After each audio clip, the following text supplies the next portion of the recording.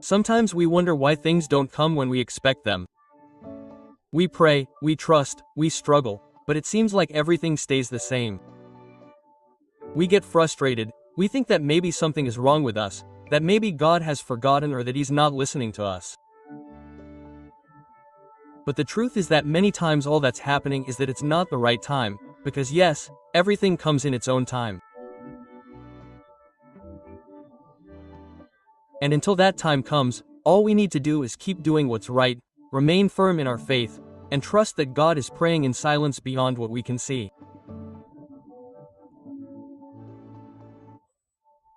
There are times in life when we feel exhausted, as if we've been sowing for too long without reaping, as if every effort were in vain. But let me tell you something with all my heart. No effort you make in obedience to God is wasted.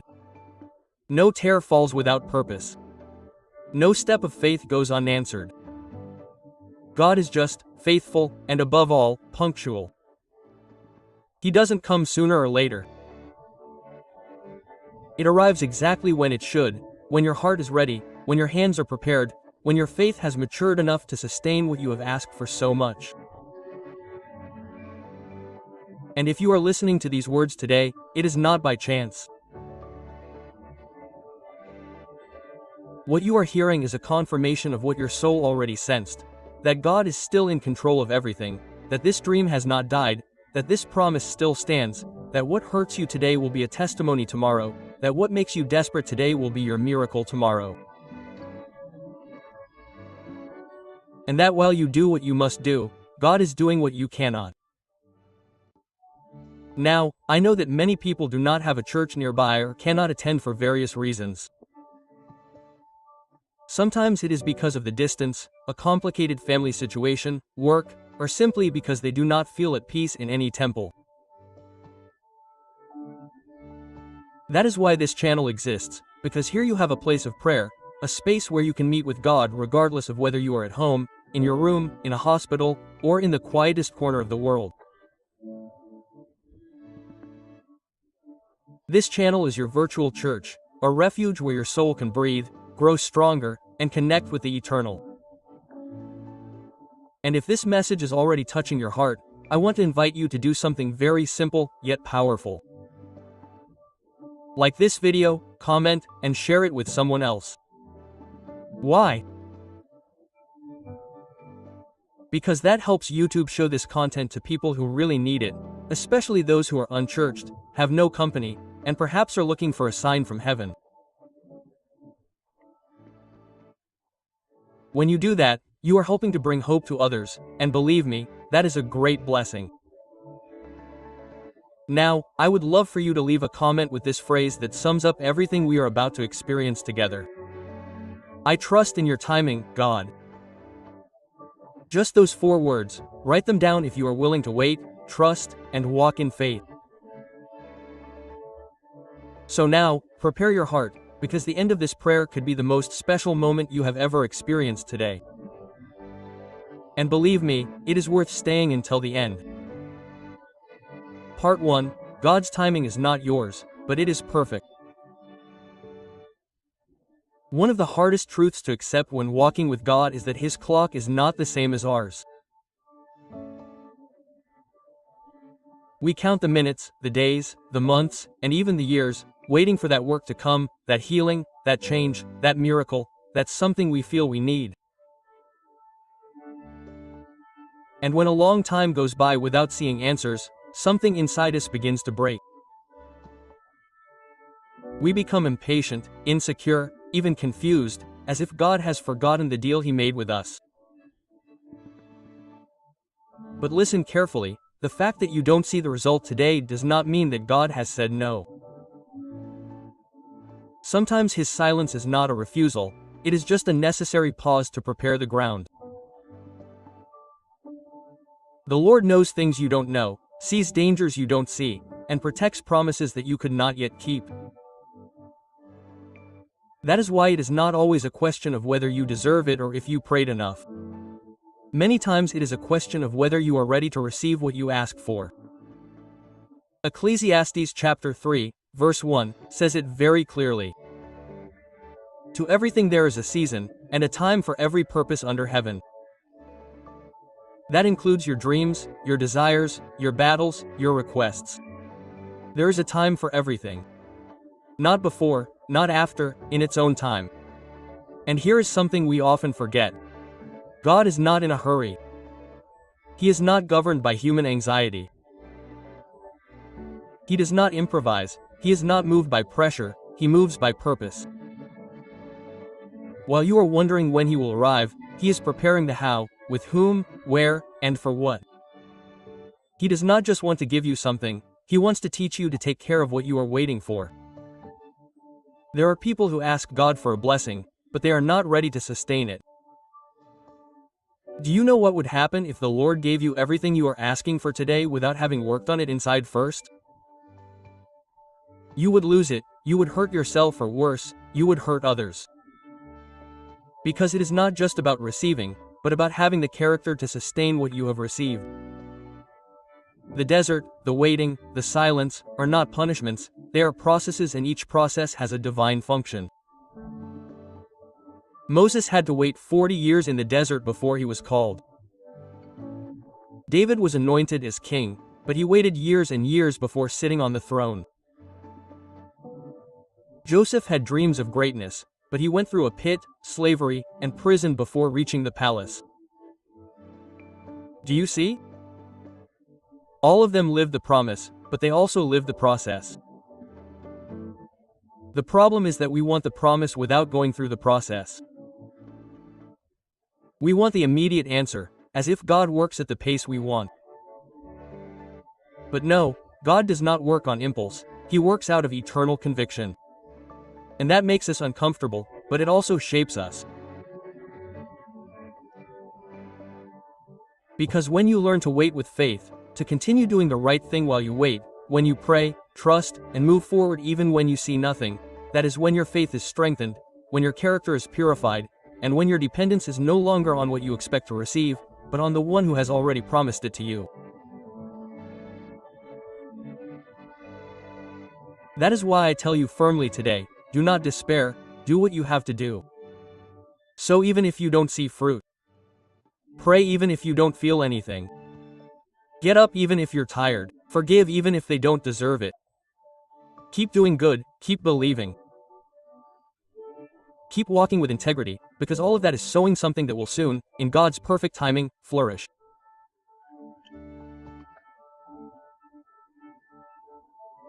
And when that day comes, you'll look back and be thankful that it didn't come sooner, that it didn't come when you wanted it to, but when God knew it was the right time. And that day you'll understand that it was all worth it, that every tear sowed something eternal, that every prayer was heard, and that your faith is greater than your impatience. Part 2. While you wait, do what you have to do. Many people get stuck waiting, as if because God hasn't worked yet, then there's nothing left to do. As if heaven works by magic alone and we have no role in all this. But that is not faith, that is passivity in disguise, because it is true that everything comes in its due time, but that does not mean that you should remain still, with your arms crossed, simply waiting for something to fall from the sky. Because God's timing is not just waiting, it is also preparation. And you cannot prepare yourself if you are not moving. Look, there is a big difference between waiting and stagnating. Waiting is standing firm, but moving. It is trusting, but also acting. It is praying, but also obeying. It is having peace, but also being responsible. If you are waiting for something from God today, let me ask you, what are you doing while you wait? Are you nourishing your faith, your mind, your body, your relationships? Or are you simply complaining every day about what has not arrived?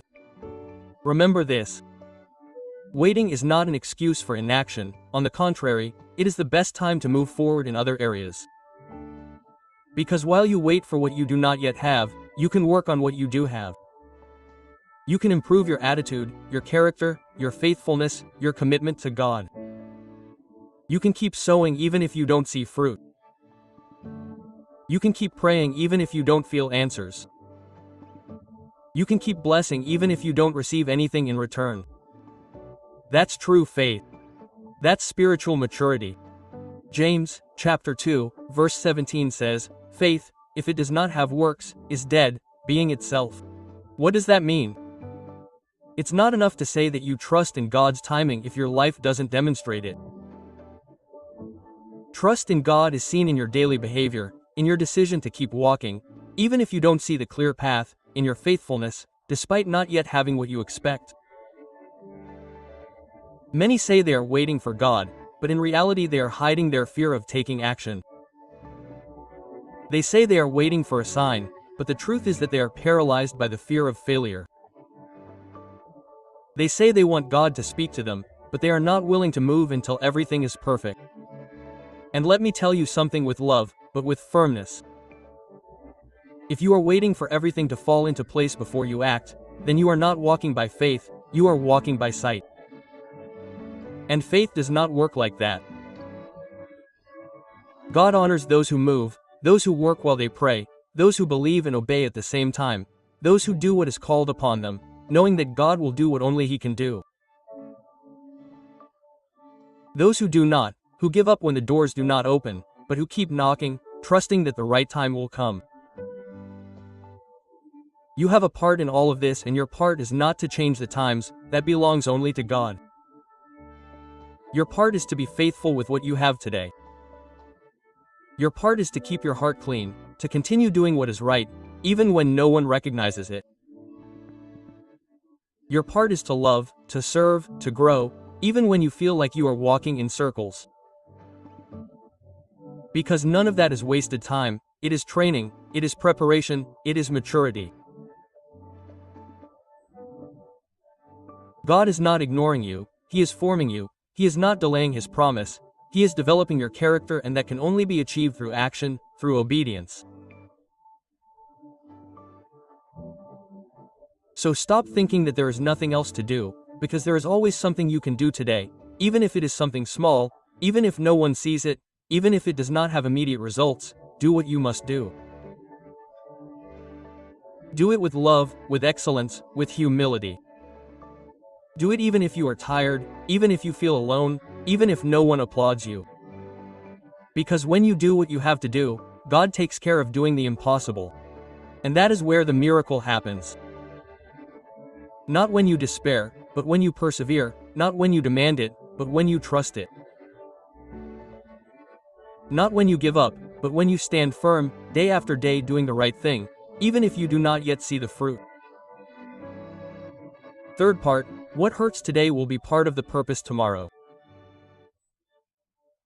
There are times when pain clouds our vision, makes us think that what we are going through is pointless, that this struggle is too unfair, that this delay is a mockery of fate.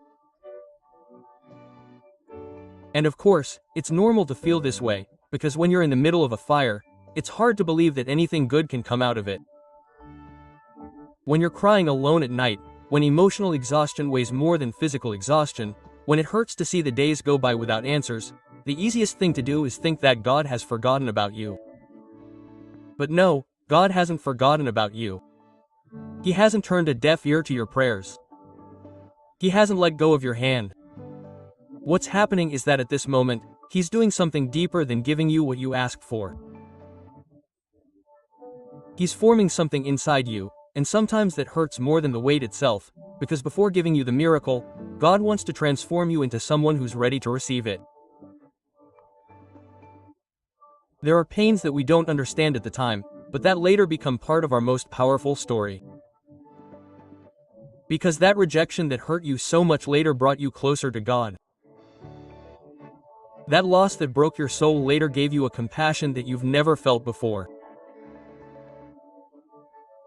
That failure that you thought would ruin your life later on was the beginning of a new version of you, stronger, wiser, more dependent on God.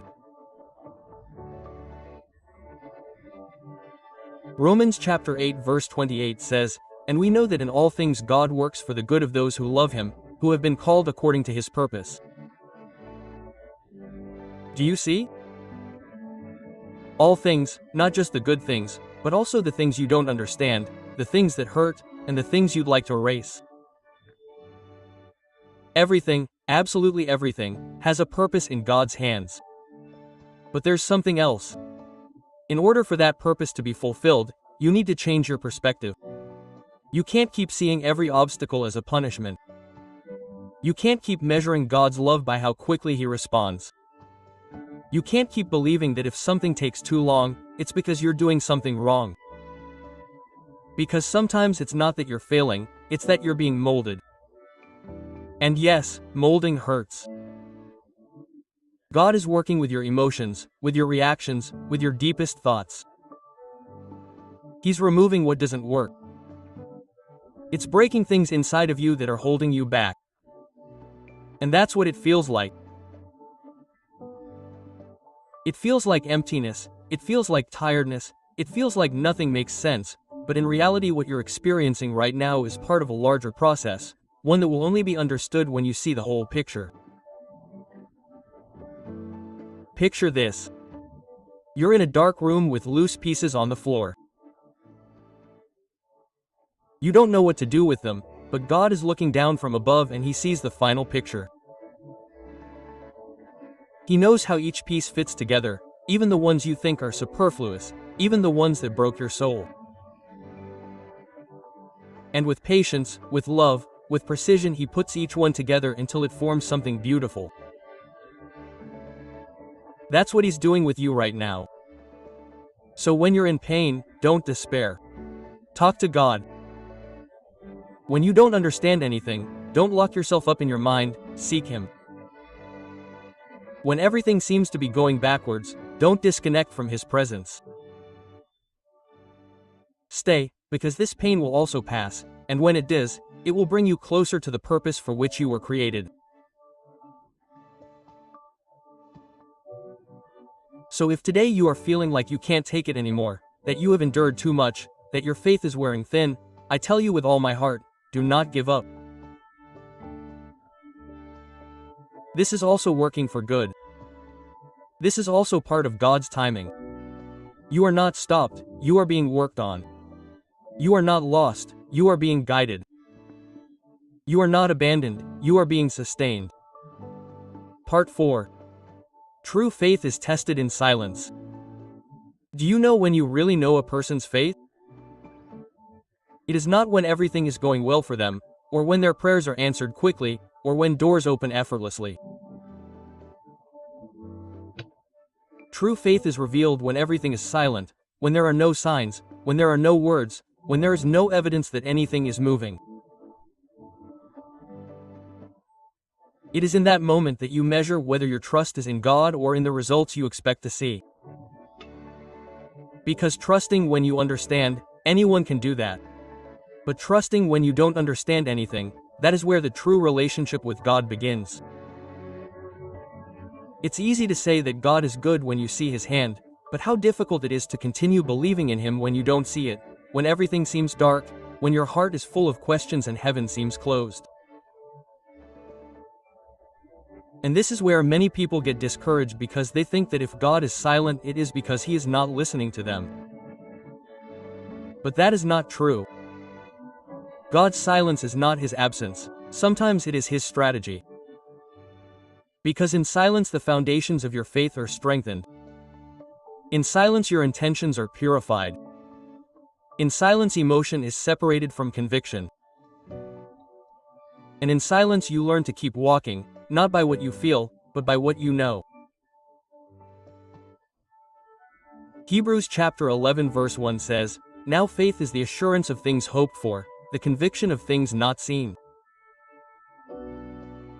It is not about feeling, it is about being convinced, it is about continuing to say, God is with me, even though I do not feel His embrace.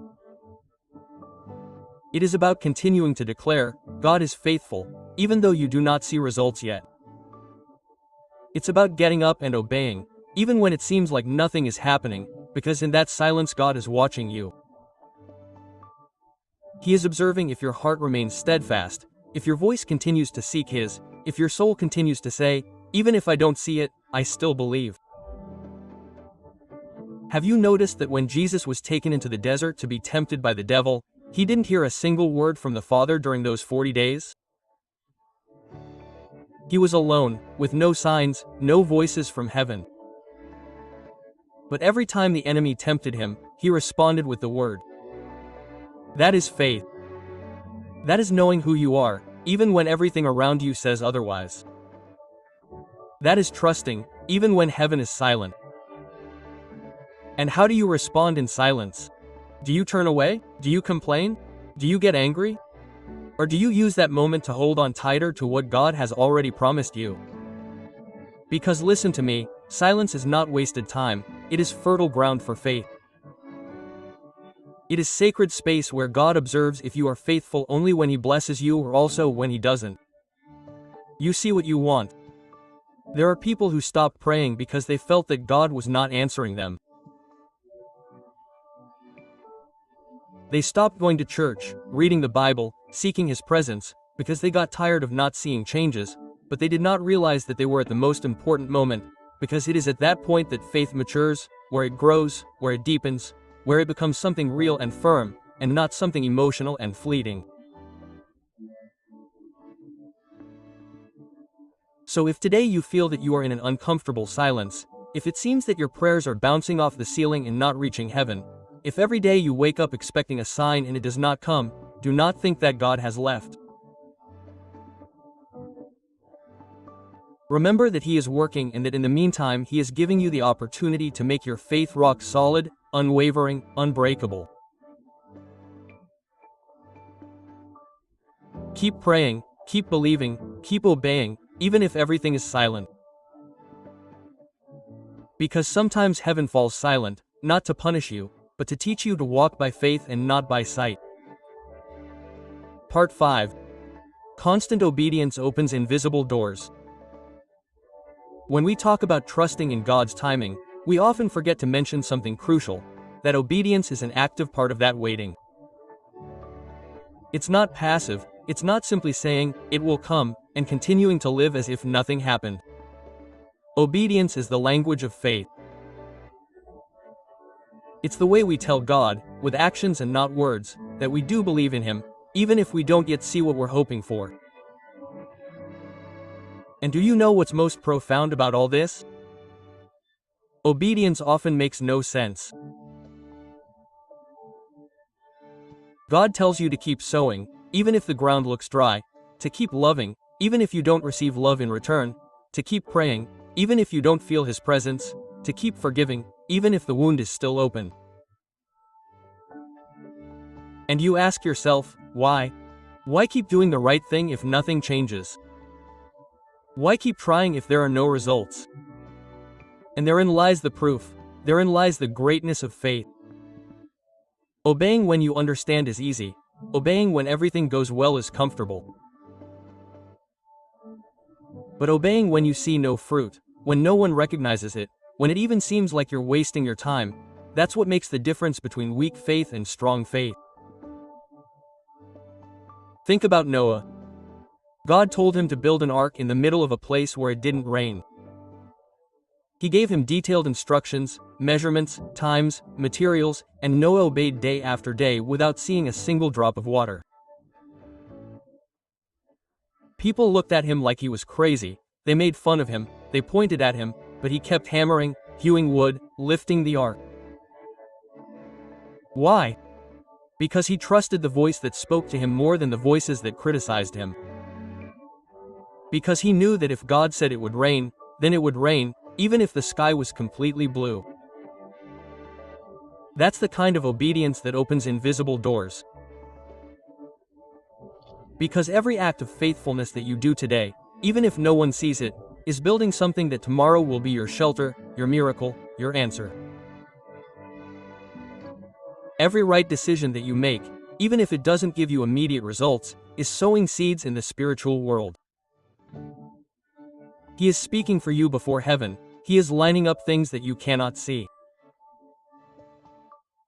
Galatians chapter 6 verse 9 says, "Let us not grow weary in well-doing, for in due season we shall be blinded if we do not give up." Do you see? In due season. And the only requirement is not to give up, It is to keep going, it is to endure, it is to stand firm when everything in you wants to give up, because that is where real miracles happen. And here is something that many need to hear. You do not have to understand everything to obey. Sometimes you are going to walk without maps, without explanations, without answers. And that is not weakness, that is faith. That is what God is looking for. People who trust even without guarantees. Who do not demand to understand every step in order to take it, because if He asks you to, if He is guiding you, then you can trust. His word is more sure than any circumstance. So if you are in that stage today where you are doing the right thing, but you do not see anything changing, let me tell you something with all my heart. Don't stop, don't pause, don't think it's in vain. God is watching your obedience. He doesn't ignore what you do in secret. He doesn't forget the sacrifices you make for love of Him. And at the right moment, in that perfect time that only He knows, He's going to open the door you've been waiting for. A door that doesn't open through human force, or through connections, or by luck. A door that only opens from heaven with a key that bears your name. And you're building that key every time you obey without understanding, every time you keep walking without seeing, every time you choose to do what's right, even if it's hard. Part 6. What God promised doesn't expire. One of the most common thoughts when a lot of time goes by and we don't see answers is this: maybe it won't happen anymore. Doubt begins to invade us, that silent voice that says that our moment has passed, that the promise was just a nice thought, that perhaps we misunderstood it or that we weren't worthy of receiving it. And without realizing it, that voice begins to extinguish us from within. It takes away our joy, it drains our faith, it makes us walk without hope. But listen to me carefully and please engrave it in your heart. What God promised does not expire, it does not wear out, it does not lose validity with time. If God said He would do it, He will do it. No matter how many years pass, no matter how many times you fail, no matter if circumstances change, the word of God remains. His promise is firm. It is not subject to human time. It is tied to His perfect will. Look at Abraham. God promised him a son when he was already old and his wife was barren. From any point of view, it was impossible. Science said no. Logic said no. Reality said no. But God said yes. And when God says yes, there is no barrier that can stop Him. Years went by. Abraham had moments of doubt. He made wrong decisions. He made mistakes along the way. But you know what? God did not take back His promise. He did not say, "Since you doubted, no more." No, the promise was still alive. Because God is not governed by human impulses. He fulfills what He says, even if we falter a little in the process. And that also applies to you. That word that God gave you, that dream that He planted in your heart, that vision that He showed you when you were praying or worshiping, is not fantasy, it is an eternal design. And even if you have no way of explaining it now, even if it seems that the opportunity has passed, even if everyone tells you to forget it, stand firm. Because God does not work with human clocks, He works with purpose. And if you still do not see it, it is because He is still aligning everything so that it arrives at the right time. Isaiah chapter 55 verse 11 says, "So is my word that goes out from my mouth.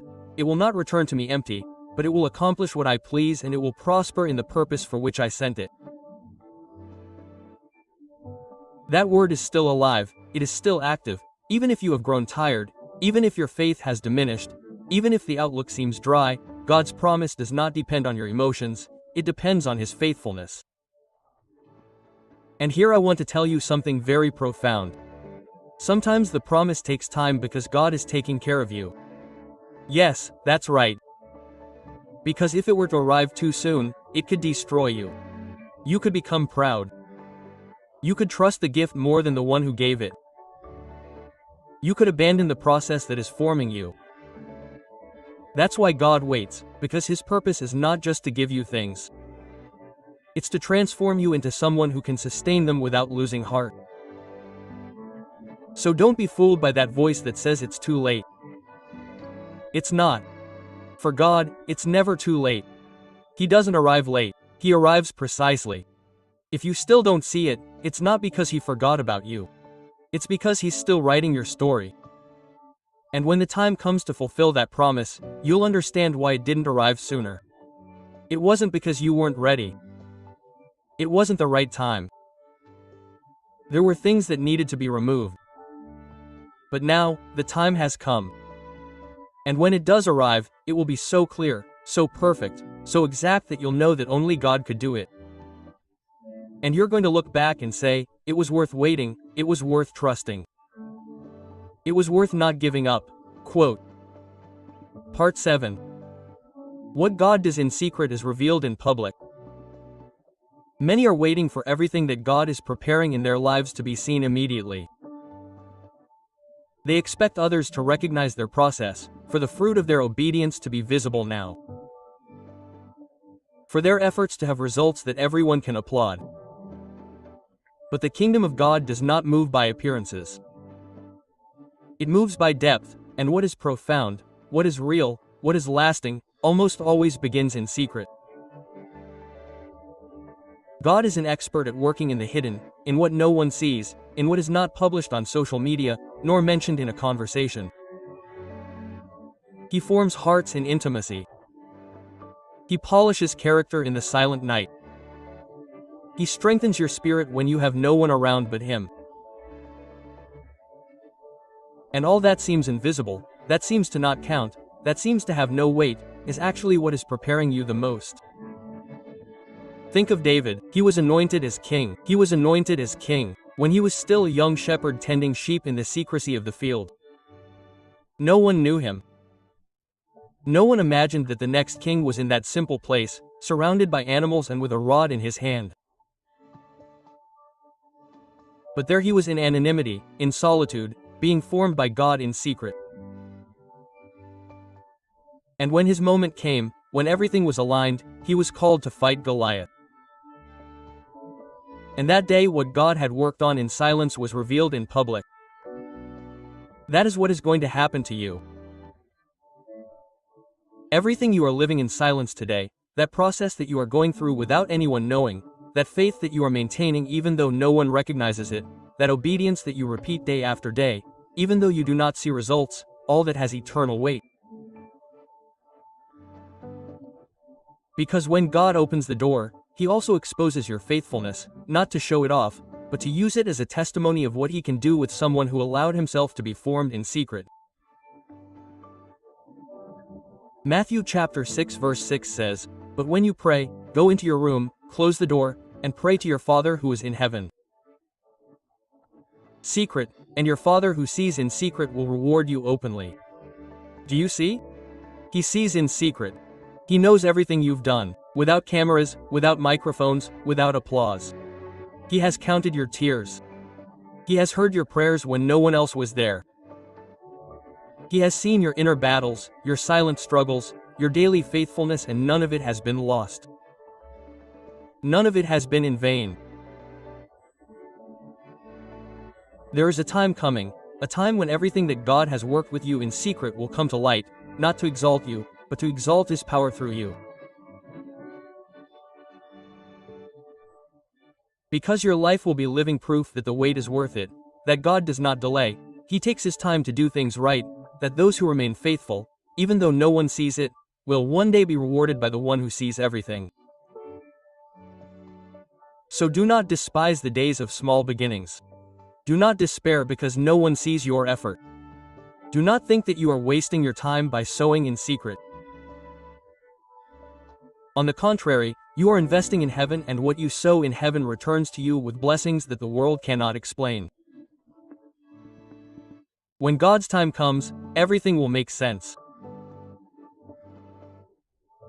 Every step, every tear, every right decision, every moment in which you chose to obey even though it hurt, all of that will be honored by God, because He never forgets those who trust in His timing, even if that time involves darkness for a moment. Part 8.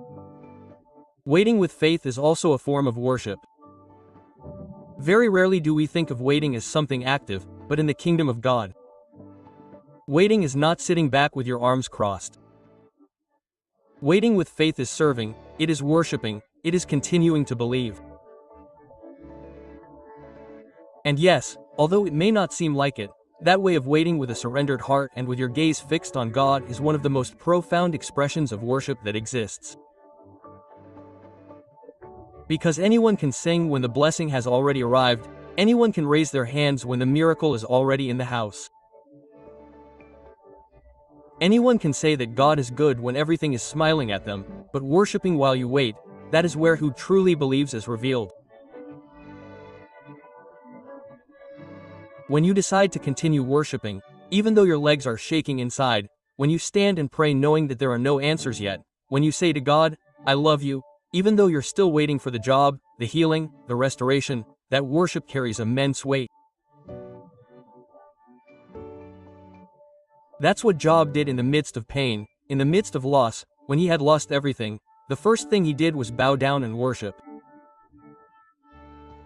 He didn't ask for explanations, he didn't demand reasons, he didn't complain, he said, the Lord gave and the Lord has taken away. Blessed be the name of the Lord.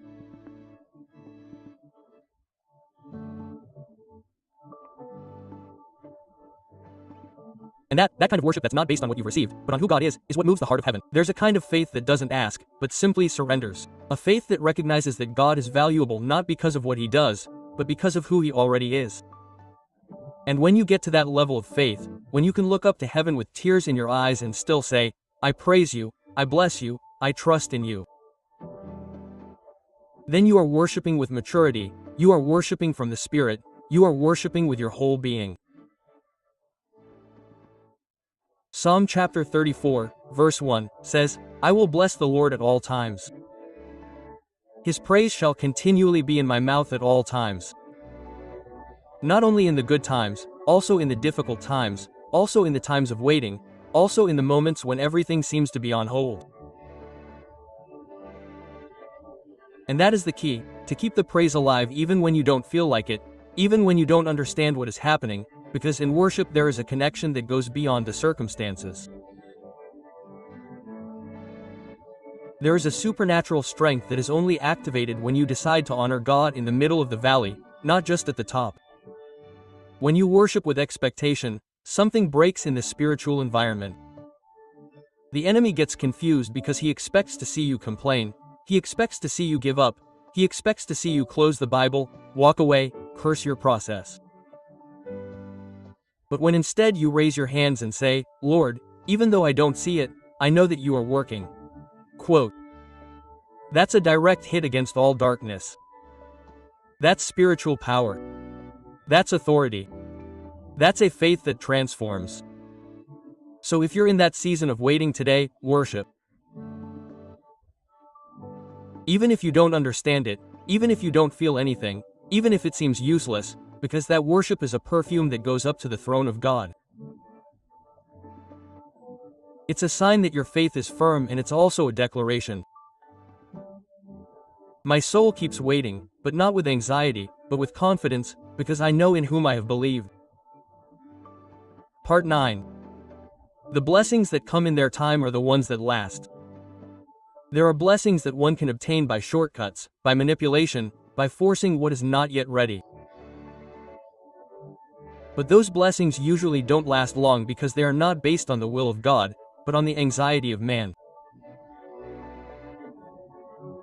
On the other hand, the blessings that come in their due time, those that were awaited with patience, with prayer, with obedience, with tears, those are the ones that last. Those don't falter with the wind, they don't break with pressure, they don't get lost at the first problem. And this is something we need to understand deeply. God does not want to give you something just so you can enjoy it for a moment. He wants to give you something that will last, that will build you up, that will bear fruit, that will glorify His name. That is why He often waits, because it is not just about giving you a gift, it is about building something with you that has roots. There are people who forced relationships that were not part of God's purpose just because they did not want to wait, and then they ended up hurt, empty, and further from their destiny. Others got into jobs, businesses, and important decisions without consulting God. And what seemed like an open door ended up being a trap. Why? Because not everything that comes is a blessing, and not everything that shines comes from God. In Proverbs, chapter 10, verse 22, there is this gem of wisdom. The blessing of Jehovah is the one that enriches and does not add sadness with it. That means that when it is God who gives you something, it is not accompanied by hidden pain, remorse, or destructive consequences. It comes with peace, joy, stability, and purpose, because it doesn't come from emotion, it comes from heaven. And the most impressive thing is that when something comes in God's perfect timing, you don't have to fight to sustain it, you don't have to wear yourself out to make it work. You don't have to manipulate or run after it. It just flows, because it was God who planted it in your path. And what God plants, God Himself sustains. Sometimes we want to move forward on our own strength, we want to speed up God's clock, but no. God doesn't move under pressure, He moves by preparation.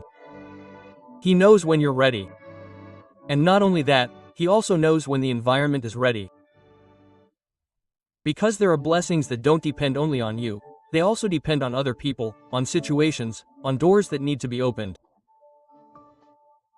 And if they're not ready yet, God would rather you wait than give you something incomplete. Think about Jesus.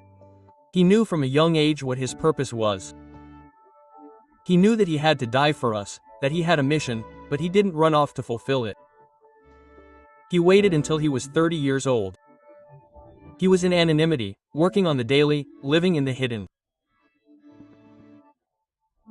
And when the time came, heaven opened and the Father said, "This is my beloved Son, in whom I am well pleased." And that's where the ministry that transformed the history of humanity began. Everything in its own time. That's why if you feel like you're on hold, that you're ready but nothing's happening yet, that you've done everything you had to do but aren't seeing results, don't think you're being ignored. You're being prepared to receive something that won't just be for you, but will bless others. Because when something comes in God's time, it doesn't just change your life, it also impacts those around you. And remember this, what comes before its time can destroy you, but what comes in its own time builds you up, strengthens you, elevates you, and, above all, glorifies God. Part 10. The enemy will try to distract you just before your time comes. One of the enemy's most subtle tactics is to try to make you give up just before the time that God has already marked for you arrives. He knows he can't stop what God has decreed, but what he can try to do is distract you, discourage you, and wear you down so that you may be the one who lets go of it prematurely, so that you abandon the promise just a few steps away from reaching it, so that out of frustration, tiredness, or doubt you disconnect from what was about to manifest.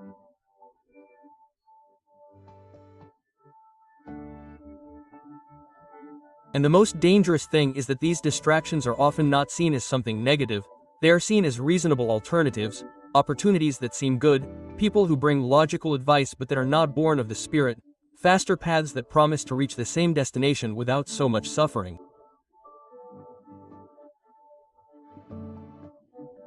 But what they don't tell you is that those shorter paths end up being traps in disguise. Look at what happened to Jesus before he began his ministry. He was taken to the desert, and there the enemy came to him not with threats, but with offers. He offered him bread when he was hungry, he offered him fame, he offered him glory, everything a natural man could desire. But Jesus did not give himself up because he understood something that you and I must remember every day. What comes from God does not need shortcuts. What comes from God does not ask you to compromise your values. What comes from God comes with peace. And if Jesus was tempted at the moment before his manifestation, What makes us think that we won't go through the same thing? The strongest temptation doesn't come when you're far from your promise, it comes when you're closest to seeing it fulfilled, because that's when the enemy throws his last darts. He knows that if he keeps you distracted, busy, disconnected, impatient, he can make you give up the race right in the final stretch.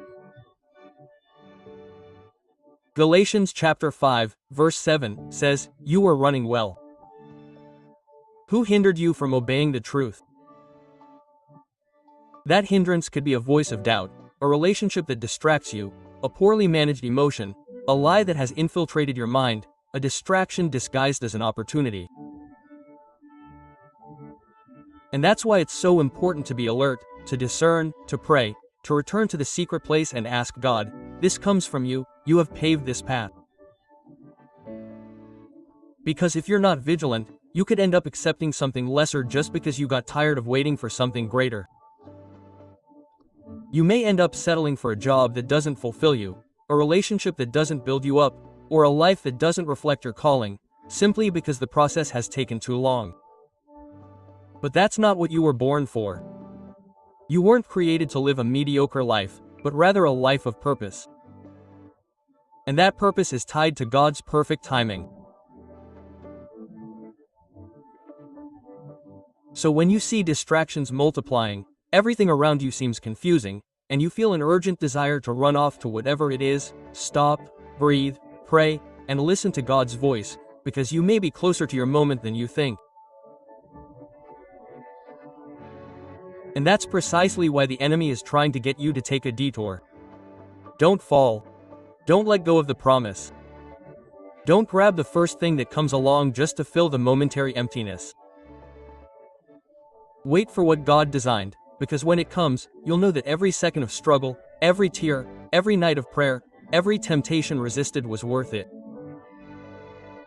What God has for you is real, it's eternal, and above all, it's perfect. Part 11. When God's time comes, nothing and no one can stop it. After everything you've lived through, after every tear you've shed, every prayer you've prayed in silence, every right decision you've made when no one was looking, that moment will come. That moment when everything changes, when everything aligns, when God says now. And when God says now, there is no human power or force of hell that can stop what He has decided to do in your life. That is the time we all wait for, but only some reach it, because only some remain. Because reaching God's time is not just about surviving the wait, it's about maturing in it. It's about arriving ready, clean, stable, without resentments, without shortcuts, with a surrendered heart, with your eyes fixed on heaven, and with your faith firmer than ever. And the most glorious thing about all this is that when that time comes, you don't have to push doors. God opens them on His own. You don't have to beg for opportunities. Opportunities seek you out. You don't have to explain who you are. What God has done in your life will speak for you. You don't have to prove your worth. Heaven has already validated you. It's as if heaven said, "Now is the time to show what you sowed when no one was looking. Now is the time to honor your silent obedience. Now is the time to release that promise that was kept with fire, with trials, with real faith." And there, in that moment, everything flows because God does not improvise, God plans, God commands, God fulfills. Isaiah chapter 60 verse 22 says, "In due time, I the Lord will hasten it." What a powerful statement, because it means that it may seem like everything is slow, that nothing is moving, but when the right time comes, God speeds everything up. What was not accomplished in years is made manifest in days. What seemed impossible becomes visible. What seemed stagnant begins to flow. And I want to tell you something that perhaps your heart needs to hear today. You did not waste your time. It was not in vain. You were not mistaken in believing. You were not naive in trusting. You didn't get your hopes up for nothing. Everything you did with faith, everything you sowed with obedience, everything you lived with a clean heart will be rewarded, not by human merit, but by divine fidelity. God does not forget. God does not make mistakes. God is never late. And if you have come this far, if you have gone through trials that almost broke you, if you continue to believe even though you no longer had the strength, if you are still here today listening to this word, it is because you are closer to that time than you imagined. And when it comes, doors will open that you did not think of. Things that you thought were lost will be restored. Promises that cost you tears will be confirmed. And above all, your entire life will be a sign to others, a living message that cries out, God does keep his word, God does listen, God does arrive. Everything arrives when he says it is time. Part 12. It is not the clock, it is faith that marks the way forward. There is a very common lie that many believe without realizing it, that if the clock is ticking and the promise is not fulfilled, then all is lost. That if a year or 5 or 10 goes by and what you ask for does not come, then it will never come. That if others move forward and you do not, then you are falling behind. But that is what the world says, not what God says. God does not measure your story by the human clock. He is not guided by the calendars that you mark or the dates that you expect. He moves by purpose. He designs processes that mature you, not schedules that rush you, because for him what is important is not just when, but how you get to that moment. That is why, while you are counting days, God is counting growth. While you are saying, it should have happened by now, God is saying, I am still forming something in you. And while you are wishing for everything to change, he is already taking care that when it does, it will not be lost. 2 Peter, chapter 3, verse 8, says, with the Lord, one day is like 1,000 years, and 1,000 years like one day. Do you know what that means? That God's timing doesn't work like ours, that for him things are neither late nor early, they are on time, that if he said he would do it, he will do it, even if it seems to you that it's already too late. And here's something key.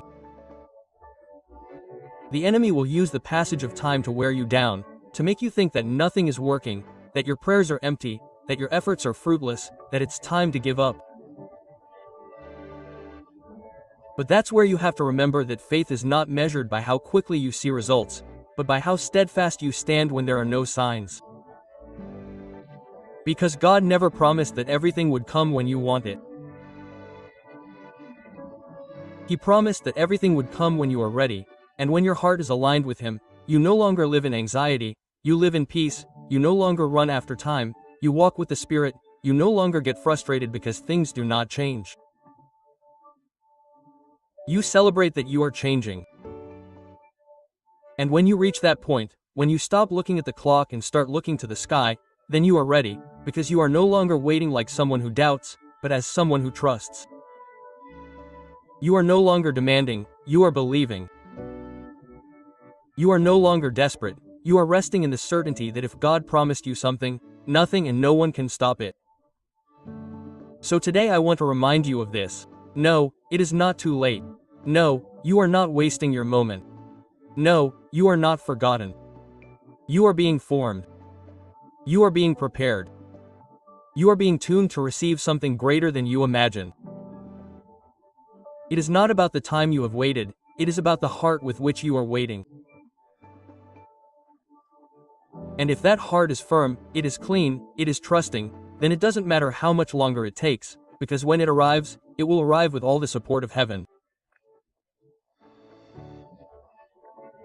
And what arrives with the support of God is incomparable to anything you could have achieved on your own.